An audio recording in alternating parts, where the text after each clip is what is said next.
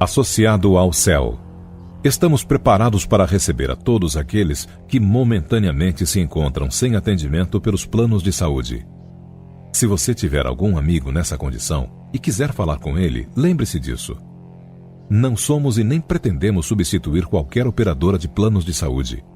Mas nossa experiência de mais de 10 anos promovendo campanhas de prevenção, de atenção básica à saúde e de monitoramento de riscos, todos feitos através de nossos parceiros, médicos, terapeutas, nutrólogos, em seus respectivos estabelecimentos, nos assegura a convicção para fazermos essa oferta. Showtime. Música de qualidade. Informação com responsabilidade. A partir de agora na Showtime. Alcel Pro Saúde. Alcel.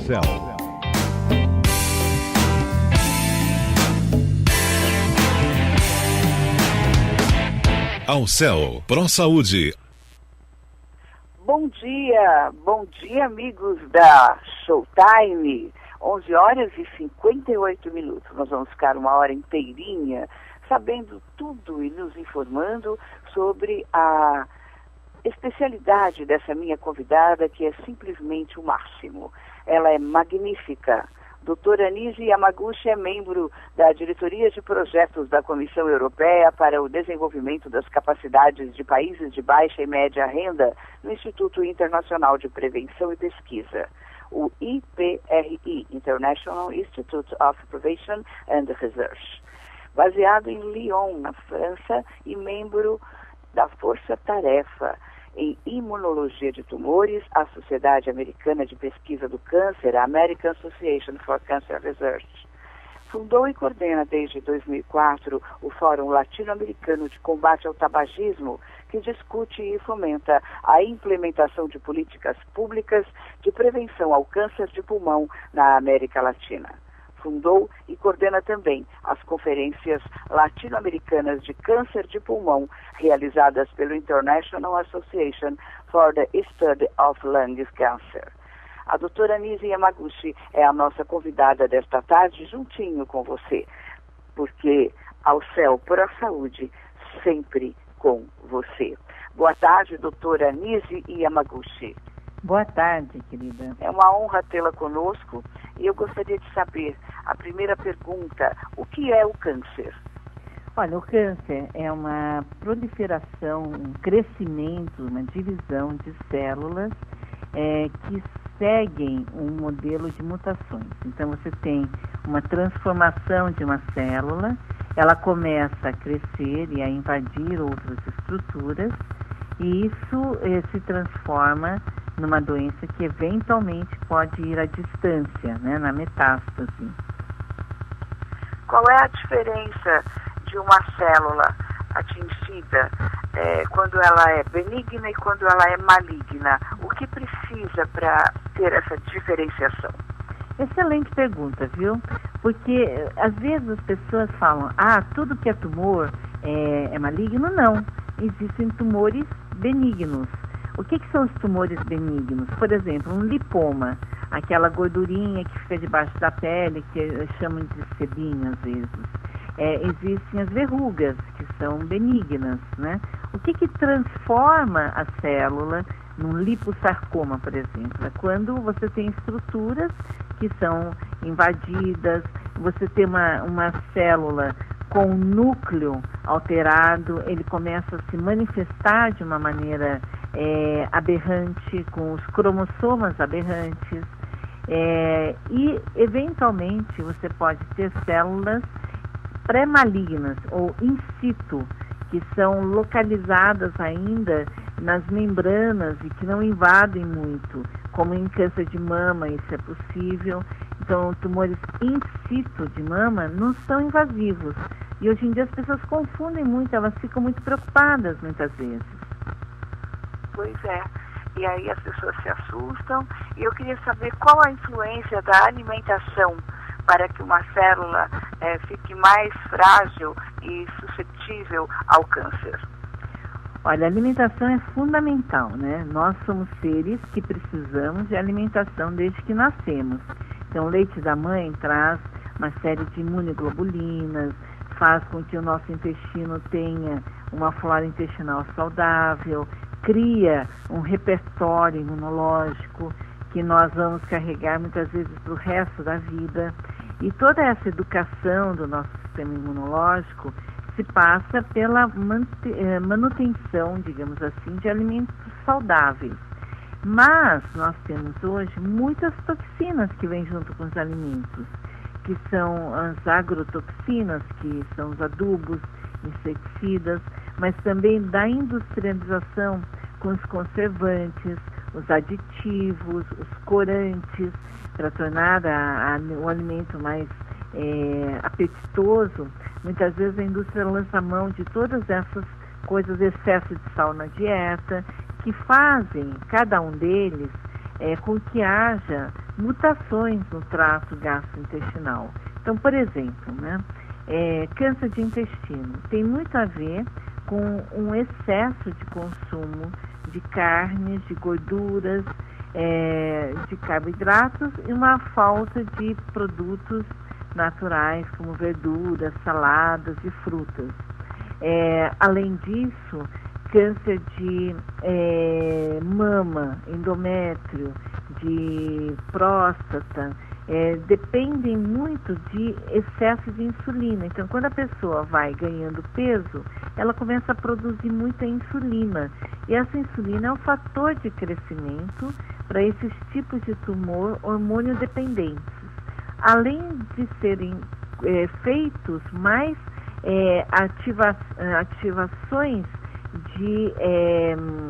desses pré-hormônios em hormônios na gordura periférica. Então, a pessoa que aumenta o peso por um excesso de alimentos hipercalóricos, ou de ação rápida, os refinados, que viram açúcar rapidamente no sangue, elas podem ter mais câncer de mama, próstata, o homem, a mulher da mama, intestino nos dois, endométrio na mulher, porque são fatores de crescimento. E uma outra questão que eu acho que é importante são os alimentos funcionais, que são os alimentos que nos protegem. Então, por exemplo, os peixes nos protegem, o azeite de oliva, o óleo de coco, linhaça e as fibras de uma maneira geral. Além das vitaminas, esses alimentos, eles não são só uma moda, Porque a gente aprendeu a falar de linhaça, de sal rosa, enfim, todos esses alimentos que agora estão na moda, agora. E eles sempre existiram. Isso vem de alguma pesquisa? Sim, é uma dieta chamada Dieta do Mediterrâneo. Houve também o acompanhamento de mais de 10 mil enfermeiras que registravam sistematicamente a sua dieta, o seu comportamento. Então, uma outra coisa que descobriram é que quem faz mais exercício também previne o câncer. Exercício é bom mesmo para quem já teve câncer e para quem não quer ter câncer, Então, o exercício, ele agrega esse valor. A vitamina D, por exemplo, que nós temos hoje uma dificuldade, porque nós vivemos em ambientes sem luminosidade solar, nós temos uma deficiência crônica de vitamina D. E a vitamina D é essencial para a proteção contra o câncer. A senhora acredita que o nosso Sol, ele tem a vitamina D de forma que a poluição não esteja atingindo e a pessoa possa tomar essa vitamina D com tranquilidade? Não é. Aqui a vitamina D ela é produzida como provitamina D e ela é ativada pelo Sol em vitamina D. Por outro lado, nós sabemos que câncer de pele ocorre quando você tem muita exposição solar. Então não tem muita solução para essa situação. Se você toma sol demais não é bom, sol de menos também. Então o que acaba acontecendo é que em cidades em que a gente vive mais coberta, nós temos pouca exposição de pernas, braços e ao ambiente solar, nós acabamos precisando de uma reposição da vitamina D já ativada. Agora, existe a questão de que em ambientes que tem um consumo adequado de alimentos e as pessoas fazem exercício ao ar livre, etc., elas têm uma produção de vitamina D própria muito abundante. Eu tenho uma pergunta aqui do Felipe Fineg. Ele pergunta quais são os sinais e os sintomas do câncer. Depende muito do órgão, viu, Felipe? Quando a gente tem, por exemplo, um câncer de boca, você pode ter uma úlcera, sabe, às vezes naquela prótese ou naquela casquinha, naquele cantinho que o dente trincou e que fica machucando a bochecha ou a língua e não cicatriza. Então esse é um tipo de câncer de boca que precisa ser, às vezes é pré-câncer, às vezes não é câncer, mas tem que ser monitorado. Pessoas que fumam muito e que bebem muito podem ter câncer de garganta, né? Então, a pessoa tem um sintoma vago, mas é aquela tosse que não para, aquela rouquidão, aquele arranhamento que tem na garganta. Às vezes, principalmente quem fuma e bebe, precisa acompanhar mais de perto esses sintomas e, às vezes, na laringe, a voz.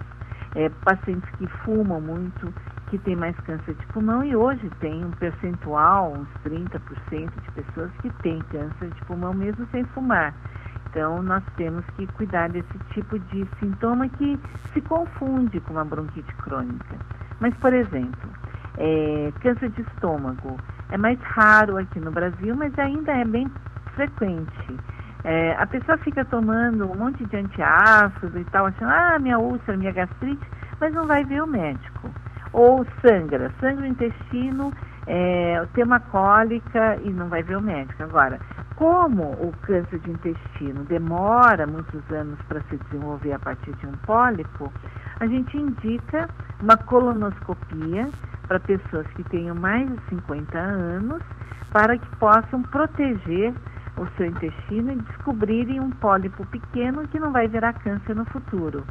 Então, acima dos 50 é preconizado que as pessoas façam uma colonoscopia. E se tem sangramento intestinal ou retal, né, anal, precisa fazer com certeza uma avaliação proctológica, sem contar, né, a mama, que quando o bico... Mas isso quando esse sangramento acontece numa frequência, digamos assim, não quando a pessoa vai ao banheiro, né?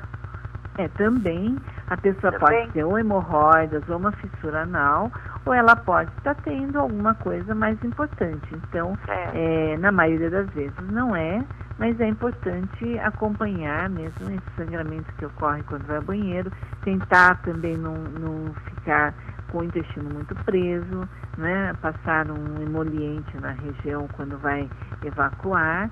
Tudo isso ajuda no tocante de um cuidado com a região na evacuação.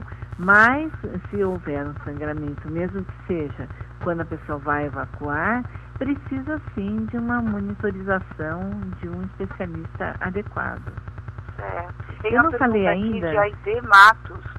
Oi? Ela pergunta, quando que uma criança pode estar com sinal de câncer? Pode ser um sinal de uma série de coisas. Por exemplo, ter um sinal, um sintoma que uma erupção com febre. Como eu posso fazer para saber se é um câncer?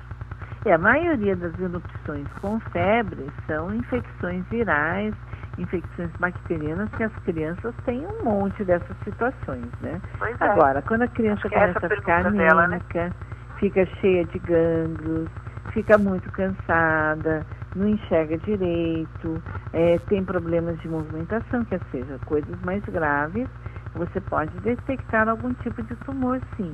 Mas é claro que a gente não pode criar um alarme e todas as mães vão ficar preocupadas o tempo todo. Por outro lado, não dá para despreocupar, porque câncer infantil existe, né? Quando os sintomas são mais persistentes, eu diria. É um bom método. Se ela tem aquela infecção e passa, né? Enfim, ela vai ser protegida do seu sistema imunológico, pelo seu sistema imunológico mesmo. Quando ela tem uma situação que fica mais persistente, tem que procurar o médico. Certo. Quais as principais causas do câncer? Mas antes eu quero que a senhora responda a pergunta de Gustavo Melo. Ele diz, de quanto em quanto tempo eu devo fazer exames para a prevenção do câncer? E se existe esse exame? Depende da idade, Gustavo. A mulher, desde que ela tem relações sexuais, ela deve fazer o Papa Nicolau anualmente. Por quê? O que é o Papa Nicolau? A pessoa introduz um dispositivo para ver o colo de útero e colher células. E essas células nos mostram se tem uma infecção viral ou se tem uma tendência ao câncer. Então, dá para ver pelas características da célula. Então, o Papa Nicolau, num país como o nosso, que tem muita virose com HPV, deve ser feito todos os anos, no mínimo. Depois a mamografia, se a pessoa não tem câncer de mama hereditário na família, que é quando as famílias têm câncer com menos de 30 anos, 35 anos, ou muito câncer, elas normalmente devem começar a fazer mamografia aos 45 anos, né? E aí mamografia, ultrassom de mamas, e quando a mama é muito densa, até ressonância de mamas. Isso significa que a mulher, a partir dos 40, com certeza fazer os controles. 45 é o dado do INCA, mas a gente já prefere os 40 anos, porque você pega muitas informações que podem proteger a mulher de câncer. Em câncer de intestino, como eu falei, acima de 50 anos, próstata também acima de 50 anos, o médico de urologia deve começar a acompanhar, e o de cabeça e pescoço sempre. Quem fuma, por exemplo, há mais de 20 anos, deve hoje fazer tomografias de baixa quantidade de radiação, pelo menos a cada 2 anos, depois de 20 anos que está fumando, para tentar se precaver de câncer de pulmão. É um dado recente, mas que está sendo incorporado gradualmente às nossas diretrizes, porque você consegue detectar coisas precoces, né? Certo. Qual é, então, que a gente possa dizer quais são as causas do câncer? Alguns, por exemplo, tumores vêm de vírus. Então, pacientes com hepatite B, hepatite C, que comem aflatoxinas, que são toxinas de cereais estocados há muito tempo, como o amendoim, por exemplo, eles podem ter mais câncer de fígado, né? Pacientes que tenham HIV podem ter outros tipos de tumores, entre linfomas, tumores de pele e carcinomas de vários lugares, e são co-causadores, né? E as outras causas, principalmente, são estilos de vida. A nossa população hoje tem um estilo de vida que predispõe a doenças metabólicas, como diabetes, pressão alta, problemas de coração e câncer, principalmente de mama, pulmão, intestino, próstata, quando tem esse mesmo comportamento, ou quando tem excesso de álcool, de substâncias tóxicas, de carnes, mais câncer de estômago, mais câncer de pâncreas, por exemplo. Como diminuir o risco de se ter um câncer? Olha, fazendo um acordo consigo mesmo. Quem fuma? Por que fuma? Fuma porque começou com 14 anos, então você vê que tabagismo é uma doença pediátrica, né? A maioria das crianças vai na venda comprar o cigarro para o pai, para a mãe, e fica exposto àquelas campanhas de insinuação, né? Porque esses lugares de venda estão perto de balinhas, de objetos de desejo, então bonecas, de coisas que atraem a atenção da criança, então ela já associa no cérebro o prazer de fumar com essas questões. Eu acho que são dados importantes que podem ser prevenidos, né? E além disso, quando o jovem continua fumando, ele no narguilé, aquelas pipas que são de água, onde se coloca várias coisas, as pessoas pensam que, porque passa pela água, o tabaco não alcança. Pelo contrário, alcança e muito. Você fuma quase um maço de cigarro em 1 hora ou 2 horas de uso de narguilé, além de estar contaminando, porque aquele bocal vai para todas as pessoas do grupo. E outros colocam outras substâncias bem adoçantes, canela e outras coisas ainda mais perigosas naquele negócio que todo mundo compartilha, e o jovem hoje usa muito. E fica sem o filtro também. O exatamente. tabaco vai direto para o pulmão e arrebenta. E um acho risco que não tem muito nada grande. demais, tem sim. O interessante, pessoal, é não fumar, porque o pessoal que fuma tem 10 vezes mais probabilidade de ter um câncer de pulmão comparado àqueles que nunca fumaram, né, doutora? Nossa, e além disso, não só câncer de pulmão, mas de esôfago, de estômago, de pâncreas, de próstata, Na boca, né? de mama, porque circula aí na boca, não é? Então, além de causar envelhecimento precoce, diminuição de potência, problemas cerebrais na circulação, AVCs, problemas cardíacos, enfim. Não é uma boa, além de economicamente você conseguir comprar uma casa inteira se você não fumar a vida toda, né? Então, assim, não é econômico, não é bom, e hoje em dia... Não é inteligente. Não é inteligente. Mas é duro Realmente de parar não. de fumar, viu? A gente tem que respeitar. É um venerável inimigo, eu acho. A gente não subestima. É muito difícil parar de fumar. Precisa de ajuda. É difícil, mas a pessoa tem que querer, porque a pessoa sempre acha que, eu fumo, mas comigo não vai acontecer. Eu fumo porque acontece com o gosto. vizinho. E no fundo não é, porque preciso. Porque eu fui induzido desde pequeno a fumar em festas de rodeio, em festas rave, nas baladas, eles distribuem cigarro muitas vezes gratuito. A pessoa começa e depois não consegue parar. Não é assim que funciona mesmo. Às vezes a pessoa começa e depois não tem forças para conseguir parar. E o cigarro, a gente sabe que é tremendo, que é terrível, que é destruidor, né? É uma coisa que realmente a pessoa tem que parar porque tem que parar, não tem outra alternativa. O cigarro Fórum é mais que Latino-Americano de cocaína. Combate ao Tabagismo, não é? O que esse fórum trouxe de benefício, doutora? Por exemplo, nós fizemos o primeiro fórum, há 14 anos, já 16 anos, no Guarujá, no primeiro Congresso Latino-Americano de Câncer de Pulmão. E na época, o Brasil estava tentando aprovar uma convenção mundial contra o tabaco e estava a maior dificuldade, e eu soube nesse fórum que o Brasil estava com a maior dificuldade de aprovação, de ratificação da Convenção Mundial contra o Tabaco. Aí nós juntamos todo mundo e fizemos reuniões, passeatas, fomos lá para o Senado, para a Câmara dos Deputados e conseguimos passar juntos com toda a rede essa Convenção Mundial.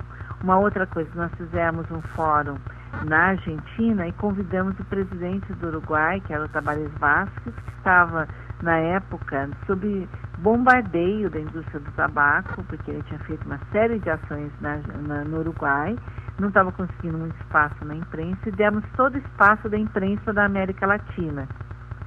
Agora nós fizemos um fórum lá no Panamá, e aí é um dos países onde menos se fuma, mas nós abordamos a questão do tabagismo em jovens, que é uma coisa muito importante e que cada vez mais é algo que nós temos que estar conversando, e eu estou conduzindo agora um grupo de trabalho junto com a União Europeia. Eu vou conversar agora com membros do Parlamento da Áustria na semana que vem, discutindo a questão do tabagismo em jovens e tabagismo em adultos na Europa Central, onde ainda se fuma muito. Incrível, né? Países que são mais pobres ainda fumam muito, mas a Áustria, que é um país mais desenvolvido, deveria ter leis mais rígidas de controle de tabaco.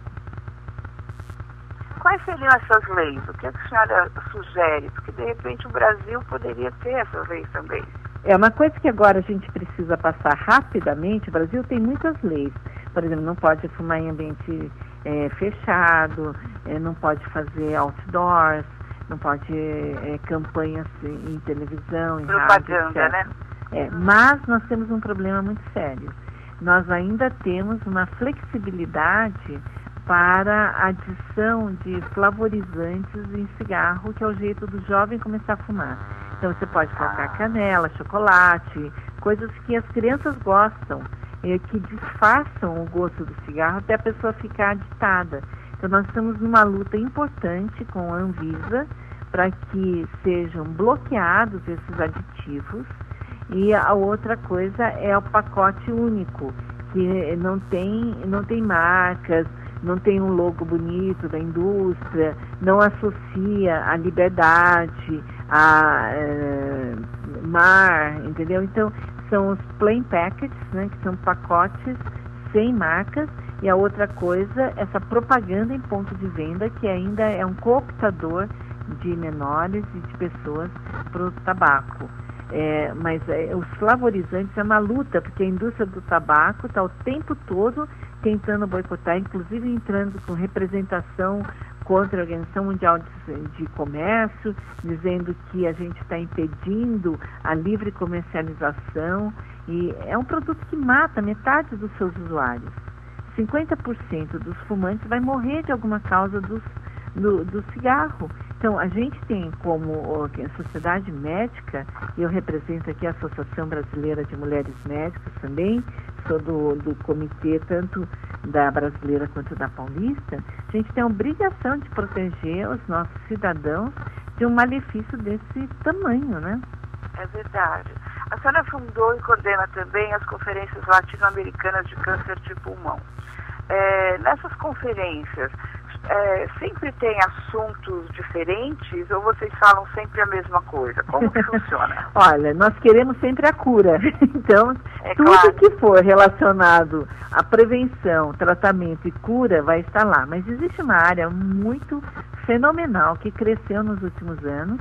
E nessas conferências a gente tem sido muito feliz em desenvolver esse tipo de estudo, que são os tratamentos personalizados e de precisão. E a imuno-oncologia, como é que é isso? Então, por exemplo, hoje em dia você sabe que alguns tipos de tumores de pulmão têm mutações muito específicas. Então, é um gene que causa uma proteína, que causa uma proliferação, e que se você usar um remédio que bloqueia aquele gene, você pode diminuir e sumir, inclusive, todas as metástases por um bom tempo.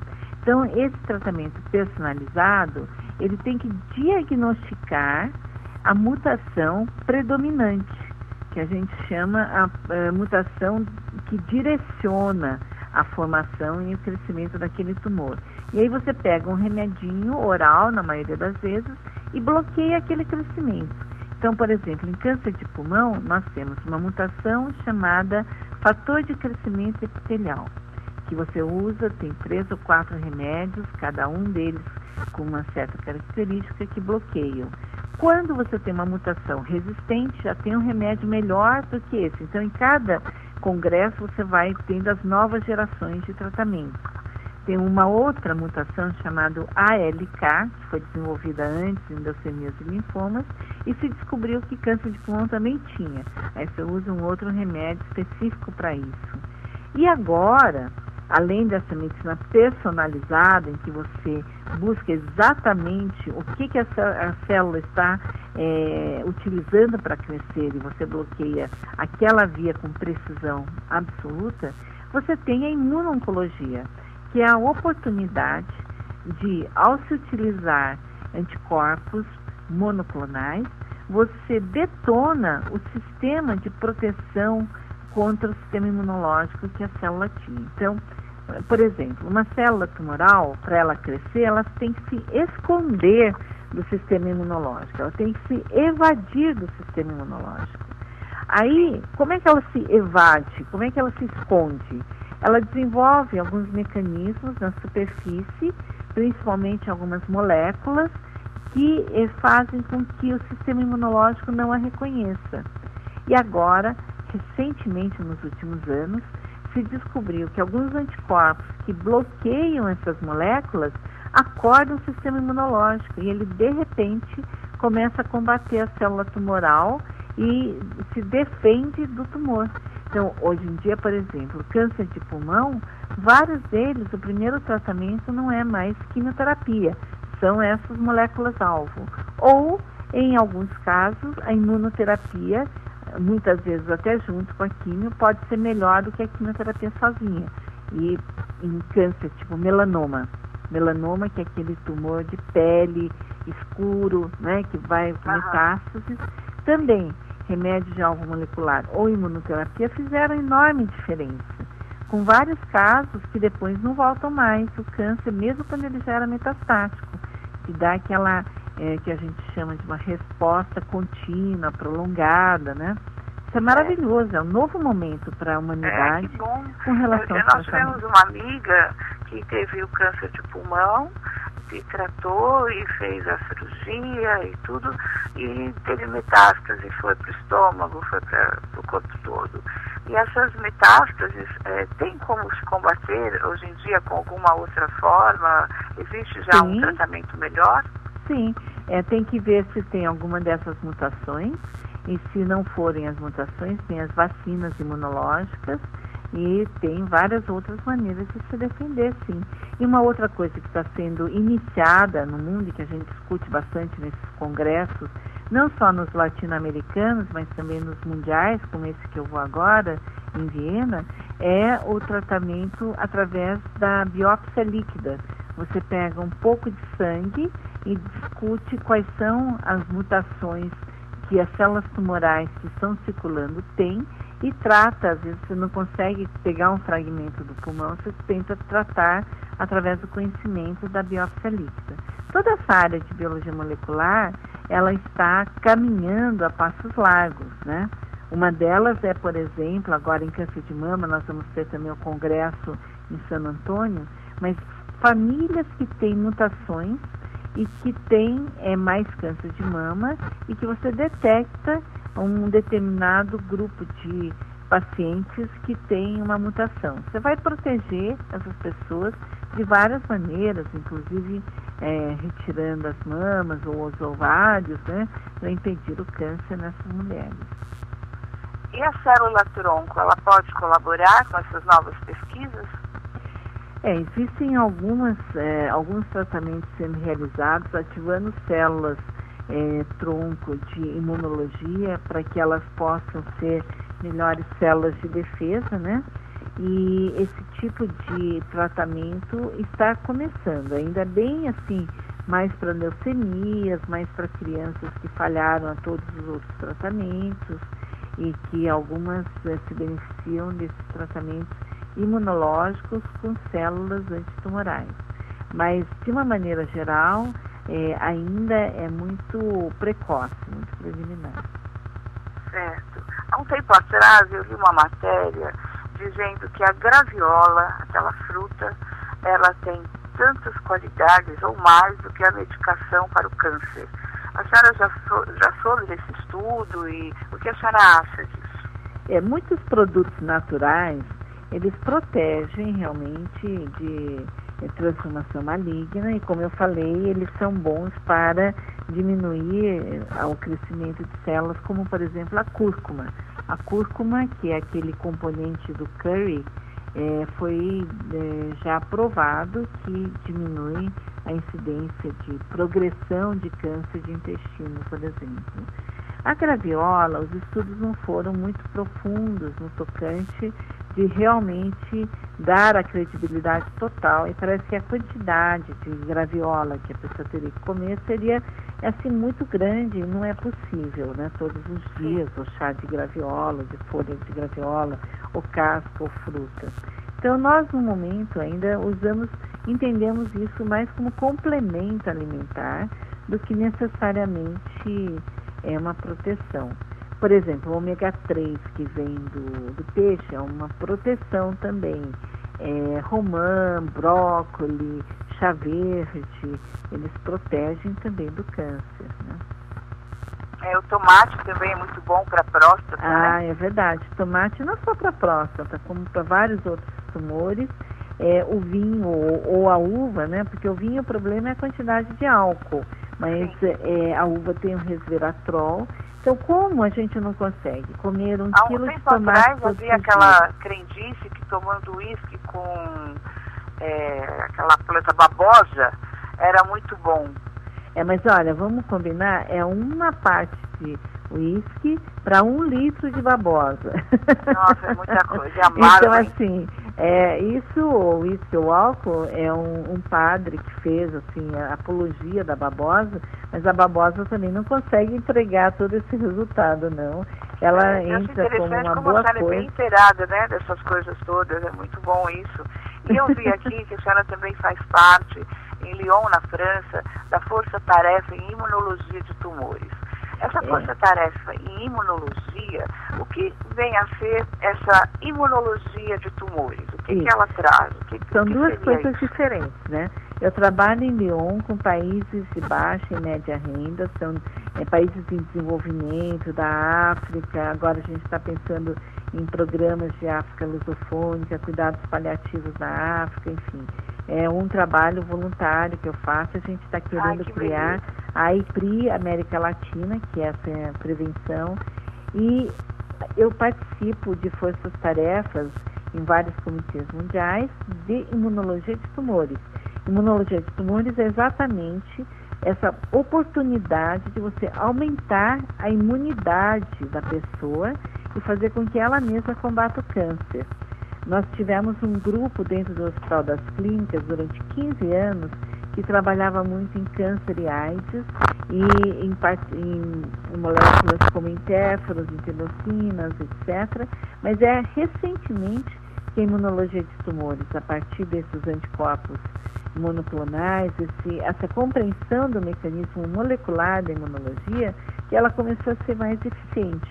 Ela começou a mostrar um potencial real de cura ou de diminuição de tumores e aumento de sobrevida, aumento de qualidade de vida ao longo do tempo. São jeitos de você aumentar a imunidade da própria pessoa contra o tumor.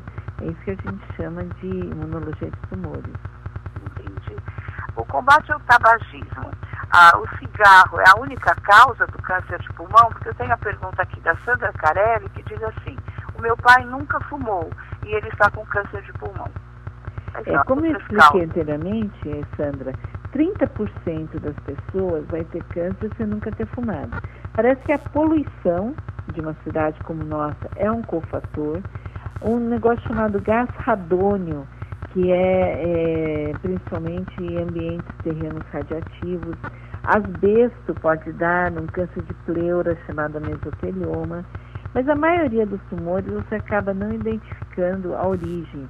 Por que aquele câncer de pulmão ocorreu, por que ocorreu aquela proliferação, né? Então isso realmente você tem razão. Algumas pessoas podem ter câncer de pulmão sem nunca ter fumado e outras por fumaça passiva. Então, por exemplo, companheiros ou companheiras de pessoas que fumam, crianças de pessoas que fumam, correm mais riscos de terem tumores induzidos pelo fumo. Porque a pessoa se esquece que aquela fumaça fica sendo inalada pela outra pessoa e vai causar seus problemas também. Certo. Aumentou o número de adolescentes e crianças com câncer, doutora Nise? Aumentou bastante o número de... acredita-se que muitas dessas mutações, algumas que as pessoas trazem em síndromes familiares, como alguns genes que protegem o genoma, os checkpoints, né, que são P53, síndrome de Niflheim, outras crianças que têm falta de timo e aí acabam tendo uma imunidade mais baixa, e também porque a gente faz com que essas crianças vivam, né?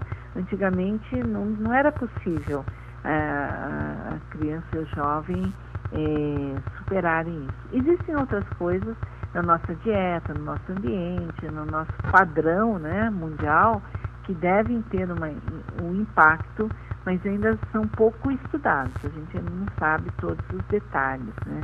Algumas viroses, então, podem também aumentar o câncer, mas geralmente HPV, por exemplo, demora 10 a 15 anos até ter o tumor. Então, se foi vacinado na infância, vai ter lá na frente, se é que tem, né?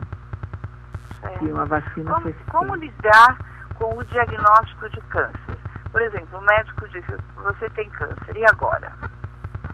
O ideal é procurar imediatamente um especialista e seguir as orientações. A maioria dos pacientes fica procurando ele mesmo pela internet, mas para isso que a figura de um bom oncologista ajuda muito, porque a gente vai caminhar com o paciente no sistema. É como se fosse uma navegação do paciente dentro do sistema. Eu entrevistei aqui há um tempo atrás o Dr. Raul Maranhão, que está pesquisando uma nova cura do câncer. A senhora sabe qual é? Eu participei com estudos do Dr. Raul Maranhão no INCOR. Na época eu participei até de um conselho para formatar a parte científica desses estudos, que eles começaram de uma forma espontânea, né? E aí teve todo um boom com gente querendo tomar o remédio e tal. Mas eles desenvolveram coisas bonitas, que são membranas de lipídios, que envolvem as partículas de quimioterápicos e fazem com que aquele lipídio gruda na membrana da célula e introduz o quimioterápico para dentro. Então, aparentemente, são métodos menos tóxicos e que têm um potencial de maior eficiência, mas ainda está sob pesquisa clínica atualmente. Eu sempre ouvi dizer que o fator psicológico é primordial para quem tem câncer, que o câncer e a depressão têm muito a ver. O que a senhora acha sobre isso? Olha, eu acho que você pegou uma questão muito crítica. Estresse dá câncer? Sozinho não, eu acho difícil, o câncer é multifatorial. Mas uma pessoa sob estresse, por exemplo, ou depressão, ela produz substâncias que diminuem o sistema imunológico, ela produz muita cortisona, ela engorda, ela não dorme, ela começa a produzir substâncias que diminuem o seu sistema imunológico e muitas vezes esses radicais livres causam mutações em células boas, né? Então, estresse, angústia e tal, eles são elementos que são cofatores de algumas mutações que já ocorreram. É interessante trabalhar isso também no paciente que foi recém-diagnosticado. A gente tem uma oportunidade muito rica de estar protegendo as pessoas do próprio estresse, trabalhando melhor a respiração, a meditação. E eu acredito que esses métodos complementares, eles melhorem a capacidade de luta, de enfrentamento e muitas vezes do próprio sistema imunológico da pessoa, né?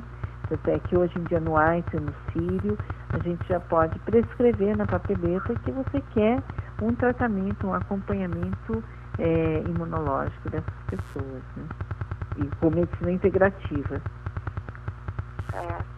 É muito importante a pessoa tentar sair dessa depressão, porque ao saber da sentença, da condenação, enfim, como é chamado a forma de câncer, né?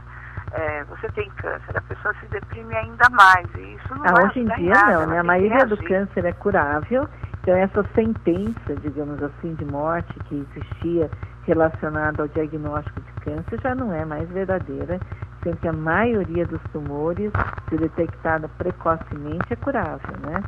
E mesmo quando você já tem uma doença mais sistêmica, mais abrangente, ainda tem grandes chances de tratamento com várias modalidades concomitantes. Então, por exemplo, tem pacientes que se beneficiam de quimioterapia com radioterapia em câncer de cabeça e pescoço. Outros que se beneficiam de um tratamento de quimioterapia antes da cirurgia da mama. Outro que faz uma quimioterapia antes da cirurgia do pâncreas. Aquele que faz radioterapia antes da cirurgia do câncer de intestino. Então, essa agregação, né, você agregar vários tipos de tratamento, um acompanhamento personalizado, um fluir dentro do sistema em que você identifique as pessoas que podem participar com você dessa luta, ajuda muito a diminuir o tempo de perda, né, dentro do sistema. Tratar um câncer é muito caro, doutora Anise Yamaguchi? Depende das causas e depende das situações. O governo brasileiro é um dos que mais gasta dinheiro com tratamento de câncer no mundo e mesmo assim é insuficiente, porque os gastos são muito grandes. Mas nós estamos participando, junto com Todos Juntos contra o Câncer, é um grupo de 40 entidades não governamentais que se reúnem uma vez por ano e que tem vários comitês para vermos a questão do câncer no país. Um deles, que eu participei diretamente, está convidando pesquisadores da Fundação Getúlio Vargas para olharem os dados que o DataSUS nos fornece, identificarem potenciais gargalos ou gastos desnecessários. Ou então, como é que o dinheiro do câncer tem que chegar lá na ponta, que é no direto contato do paciente com o sistema. Que normalmente o dinheiro vai parando numa série de gavetinhas e não chega onde tem que chegar. Então, esse tipo de coisa é caro sim, mas é mais caro você não tratar. É mais caro você não diagnosticar precocemente. E quando você diagnostica precocemente, o custo é mínimo, porque faz um procedimento, uma cirurgia, a pessoa fica curada, né? É verdade. Eu tenho uma pergunta aqui da Helena, ela não quer que fale o sobrenome. Ela diz assim, as pessoas com câncer podem ter uma vida sexual normal? Ah, sim. Em muitas situações é totalmente possível a pessoa viver uma vida normal. E saiu recentemente um trabalho de que pessoas que continuam trabalhando enquanto estão fazendo os tratamentos do câncer têm uma chance de 50% de viver mais e melhor do que quem para tudo e desiste de tudo. Sabe, mesmo que a pessoa tenha licença, por exemplo, no trabalho, vai procurar ajudar as pessoas em volta, faz coisas, não se aquiete, não fique deprimida em casa sem fazer nada. Pois é, diz aqui a Mariana Roça, a gravidez para quem tem câncer é possível? É prudente engravidar? Geralmente a gente prefere que a pessoa esteja livre do câncer, mas em câncer de mama, por exemplo, quem já fez um tratamento e tal, 2 anos depois a gente tem liberado para engravidar e depois continua a tomar os remédios de prevenção depois que amamenta, né? Isso tudo a gente sabe que a própria gravidez diminui um pouco a imunidade, mas aparentemente não aumentou o risco do câncer recidivar. Se ele for voltar, ele volta de qualquer maneira, não é pela gravidez ou sem a gravidez. Então, a princípio, a gente tem deixado a gravidez possível em pacientes que já estão há mais de 2 anos com controle total da doença, mas sempre sob uma supervisão muito direta, né? Você tem que saber riscos e benefícios. A gente não indica a gravidez para quem esteja em tratamento de doença metastática. Certo. Existe um planejamento para o tratamento após a pessoa saber que ela tem câncer? É o que nós procuramos agora colocar nesse pequeno grupo de trabalho, criar um fluxo da paciente dentro do sistema. Um fluxo? É um fluxo. A paciente, por exemplo, centrais de regulação. Eu estou com nódulo na mama, eu quero fazer uma biópsia. Quando é que você consegue fazer isso dentro do SUS? Você vai no posto de saúde, daqui 3 meses tem mastologista. Você quer fazer a biópsia, daqui 6 meses você consegue. Então não adianta você fazer uma bela campanha e não ter o fluxo da paciente no sistema. Você tem que ter uma central de regulação. Você liga e ele fala assim, olha, o laboratório perto da sua casa é tal dia você vai. Você chegou lá, não conseguiu, você liga de volta e fala, não, já devia ter conseguido, mas eu consigo outro para você. Alguém que caminhe com você nesse fluxo, porque você bate muitas portas e você não consegue andar e um tumor que antes podia ser curado, ele passa a não ser mais porque você ficou muito tempo se debatendo num sistema que não se conversa. Então a gente tem muita esperança agora que as prefeituras e estados consigam se conversar e fazer um fluxo adequado do paciente, que não ocorre ainda de uma forma totalmente organizada. Já tem, assim, a rede Hebe Camargo aqui em São Paulo, que tenta fazer isso, mas ainda estamos, assim, bastante defasados nessa regulação do câncer no Brasil. É verdade. Até os mamógrafos, né? Eu me lembro que eu fiz uma campanha com a Hebe Camargo para aumentar o número de mamógrafos, para conseguirmos investimentos, para conseguirmos dinheiro para comprar mais mamógrafos, né, na época do Outubro Rosa. E não são muitos, e tem também o fato dos mamógrafos parados, sem ter quem saiba mexer com eles, quem saiba manipulá-los, né? Exatamente, por causa dessa questão, além da manutenção, né? Tem muitos mamógrafos fora de manutenção e tem também uma coisa que é muito difícil, que é o teto de cada instituição. tem instituições que poderiam fazer mais mamografias e não fazem, porque elas não são pagas e existem tetos operacionais. Ela só pode fazer tantos mamógrafos, tantas cirurgias, tantos tratamentos por mês. E aí, normalmente, elas são tão demandadas que elas precisam fazer mais e elas acabam pagando para trabalharem. Então, isso é uma coisa que tem que ser movimentada. Tanto o número de mamógrafos, manutenção e a integração das informações que ele gera com o resto do sistema. Eu tenho aqui a pergunta da Juliana Menezes. Ela diz assim, cada médico tem uma espécie de tratamento ou os tratamentos são todos iguais? Eu acho que existem protocolos. Então, existe uma média de tratamentos que são muito parecidos. Mas você tem que individualizar esses protocolos olhando para o paciente. Você tem 2 protocolos igualmente eficientes. Você tem que conhecer muito bem as medicações para saber qual que você vai escolher e de que jeito você vai adaptar para a necessidade do paciente. Então, assim, existem coisas bem estruturadas no tratamento, mas existem também algumas opções interessantes que vão adicionar possibilidades terapêuticas, inclusive cura para um monte de gente. Por exemplo, aquilo que a gente falou, né, da medicina personalizada em câncer de pulmão. Você detectar que mutação que existe no câncer de pulmão e tratar. Ou câncer de mama, que tem BRCA1, BRCA2 mutado, que é o gene que a Angelina Jolie tinha, que dá mais câncer de mama e ovário. Hoje em dia tem um remédio específico que nós não temos no Brasil ainda e que ele serve exatamente para esse tipo de paciente com câncer de mama ou ovário, principalmente ovário, com mutação de BRCA. E aí esse remédio dissolve, né, o tumor. Então, eu acho que nós estamos numa fase muito interessante. O que já existe já é bem mais do que nós já tivemos, mas o que é o potencial, né, dos tratamentos oncológicos, imunológicos no futuro é absolutamente fenomenal. Que bom. A Nilda Silva Matos pergunta, eu preciso de uma segunda opinião quando o meu médico deu a minha sentença, no caso? Não entendi, desculpe. Ela pergunta se há necessidade de uma segunda opinião. Um segundo médico. Muitas vezes a opinião do seu médico já é abalizada o suficiente. E hoje em dia, muita gente vai para a internet, etc. Uma segunda opinião é bem-vinda quando a gente tem dúvidas ou quando a gente tem uma situação muito determinante, muito grave. Então, muitas vezes a segunda opinião pode vir a ser algo que contribua, né? Mas não é sempre e não é nunca. Sabe, em medicina são 2 palavras que você não tem, né? Sempre e nunca. Verdade. Ricardo Meirelles, ele pergunta se é possível fazer atividade física durante o tratamento de câncer. Na maioria das vezes, a atividade física previne o câncer e durante o tratamento, se a pessoa conseguir se manter ativa, também é muito bom. Então, atividades moderadas ou leves são bem-vindas.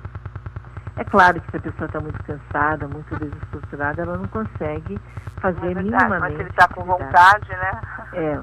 Vale a não pena. Vale a pena porque melhora a imunidade, a performance e o resultado. É verdade, é isso mesmo.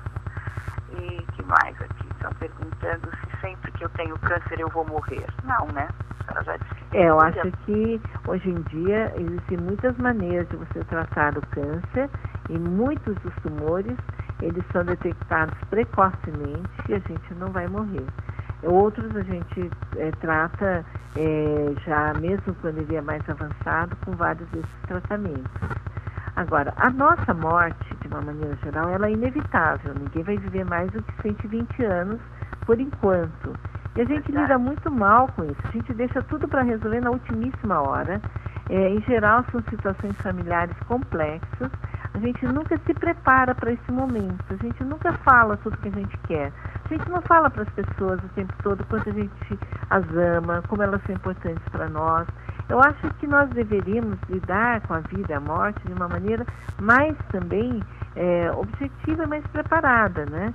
Claro que ninguém quer isso, nós queremos ficar, mas nós queremos ficar com qualidade de vida. Então, a busca da qualidade de vida, ela é essencial. A prevenção é magnífica, né? Levando ali os magníficos, a gente poder ter a prevenção do câncer personalizada, ainda melhor ainda, e tratar todos aqueles com os tratamentos melhores existentes, mais adequados à pessoa, podem dar uma grande chance aí de superação. Tem uma pergunta da Daniela Bolognese. Ela pergunta: meu marido teve câncer e eu tenho medo de engravidar e passar alguma célula cancerosa para o meu futuro filho. Mas se a pessoa tem uma tendência genética, que é menos de 10% das pacientes com câncer de mama que vai ter, então normalmente não se passa e se traça o familiar. Se a gente já tem o câncer controlado, não tem células tumorais circulantes que vão entrar no bebê, né? Então a maioria das células circulantes, mesmo quando elas existem, elas não vão ser passadas para a criança. Mas o ideal é monitorar diretamente com o médico. Sempre aparece uma insegurança, né? Quando a pessoa tem, por exemplo, o diagnóstico de câncer, ela fica em dúvida, ela não sabe quais são as opções de tratamento, ela não sabe as chances da doença ser curada, os efeitos colaterais do tratamento, quanto tempo demora, se é necessário que esse tratamento seja feito num hospital, ou pode ser feito em casa ou numa clínica, enfim. São tantas dúvidas que o pessoal está me passando aqui, de que forma o tratamento vai atingir o seu dia a dia, o custo do tratamento, tudo isso as pessoas estão me perguntando aqui. Mas eu por acho isso que o que você está fazendo hoje, que é o serviço de assistência ao público, de informação, de orientação correta, é fundamental, né? Então, assim, a gente tem que ter o melhor sistema do mundo, que é um direito do nosso cidadão. A gente não pode perder o direito à saúde plena que nós temos na nossa Constituição. Nós temos que ter consciência de prevenção e promoção de saúde, acesso aos tratamentos, mas evitar fumar, beber, comer carne vermelha, embutidos, né? Embutidos também são muito graves, então linguiça, salsicha, todos esses defumados, eles acabam sendo bastante deletérios para a saúde e podem ocasionar mais câncer gastrointestinal de pâncreas quando ingeridos em quantidades absurdas. E aí uma boa mensagem para todos é assim, com moderação, com alegria, com leveza, com amizade, com amor, né? A gente consegue viver uma vida muito melhor e por mais tempo. Que lindo. A senhora sabe que eu fiz um projeto uma vez para um laboratório, onde eu dizia que amor também é cura. E a senhora falando em amor é muito lindo, eu acho isso perfeito, eu sinto muito carinho pelo seu trabalho, pela sua pessoa, viu? Obrigada, querida. A senhora estar nesses projetos todos é uma luz no fim do túnel, realmente. Uma Não, nós estamos durante o túnel, nós estamos no começo do túnel, durante e depois. É verdade, é verdade. Tem uma pergunta aqui de Tati, ela pergunta se o câncer dói. Alguns sim, outros não, né? Eles podem doer, outros podem não doer, porque demoram muito tempo para serem diagnosticados. E outros doem quando vai para outros órgãos ou para os ossos, atrapalha bastante. Então tem hoje toda uma área de tratamento para que a pessoa não precise ter dor. Então a gente tenta buscar remédios, instrumentos para que isso possa ser protegido. Nem sempre se consegue, mas na maioria das vezes sim. Eu tenho a pergunta também da dona Margarida, que diz assim, Margarida Fiore, acontece metástases nos ossos? Sim. Algumas doenças, sim.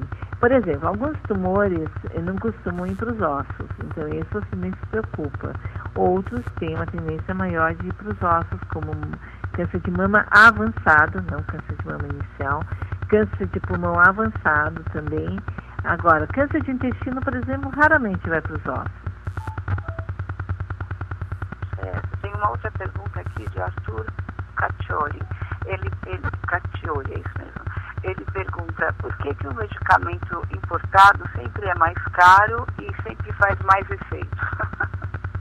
Não é assim, não é verdade. Nós temos muitos produtos produzidos no Brasil que são de excelente qualidade, né? É que tem porque, aqui às vezes, as pessoas uma dificuldade percebem, muitas né, vezes. de fora. Mas tem uma dificuldade, o Brasil demora muito para registrar produtos que já estão em vários países definidos e que são benéficos. E aí você acaba tendo que importar algo que já deveria estar aqui disponível e já deveria estar tendo o apoio dos convênios para isso. E é muito importante também tomar a medicação no horário certo, fazer o controle direitinho, não ter aquela depressão que não deixa fazer nada, né? Tem que reagir mesmo com coragem, com ânimo, com alegria e com amor, como a senhora acabou de falar, né? Acima de tudo, com muita consciência, com paz de espírito e também com muito esforço, né? Eu fico fascinada com a capacidade de luta dos meus pacientes. É fenomenal a família e outra, suporte da rede. Então, ir junto na quimioterapia, os amigos se dividirem para ajudarem no cachorro, na casa, né, com a empregada, ou se não tem empregada, levar o paciente para a radioterapia. Então, a rede tem que funcionar, tem espaço para todos ajudarem e, acima de tudo, a pessoa também ter muito otimismo, muita capacidade de luta ajuda bastante. É verdade. Às vezes, numa cidade grande, a pessoa sofre de solidão, não tem tantos amigos, então reage, vai à luta sozinho mesmo. Sem dúvida. Consiga vencer essa luta com a sua coragem, né? Com certeza, né? Faz toda a diferença. Doutora Nise, nós temos 2 minutinhos, nós já estamos falando há 1 hora, porque nós começamos às 11h58 e são 12h58, e eu gostaria das suas considerações finais. Pois não. Olha, câncer, ele é passível de prevenção, ele tem tratamentos específicos, mas depende de uma rede coesa, consciente. Todas as entidades precisam lutar pelos direitos dos pacientes com câncer. O governo também está alinhado junto, mas acima de tudo, que nós possamos ser úteis, sermos felizes, termos missões adequadas, né? Tudo isso nos ajuda também a alinhar o Memória Sloan Kettering de Nova York. Diz que o senso de significado da vida é fundamental para que você possa melhorar a sua performance. Então, que nós possamos trabalhar em prol uns dos outros. Tá certo, é isso mesmo. Que a senhora continue com essa força, com essa coragem, com essa sabedoria, que Deus te abençoe muito e que a senhora seja sempre muito feliz, viu? Muito obrigada, querida. Você e todos os ouvintes também. Muito obrigada. Eu que agradeço, um bom fim de semana, muito agradecida. Um abraço. Queridos ouvintes, nós tivemos aqui a doutora Nise Yamaguchi, essa linda pessoa que nós tivemos a honra de entrevistar, de saber, tão esclarecedora a forma dela falar, e você saiba que nós estamos aqui sempre abertos para informar você, para dirimir as suas dúvidas, né? E tirar tudo que você tem aí de problemas para saber o que você precisar sobre a sua doença, o seu estado, ou do seu familiar. Ao Céu Pro Saúde, sempre com você. Ao Céu Pro Saúde é um plano de saúde que você tem a hora que você precisar. É maravilhoso. Entre no site alceoprosaude.com, tá certo? E sábado que vem, 12h em pontinho, estaremos juntos. Um bom fim de semana. Gildete Montiel se despede. Até lá. Você ouviu na Showtime Ao Céu Pro Saúde. Ao Céu.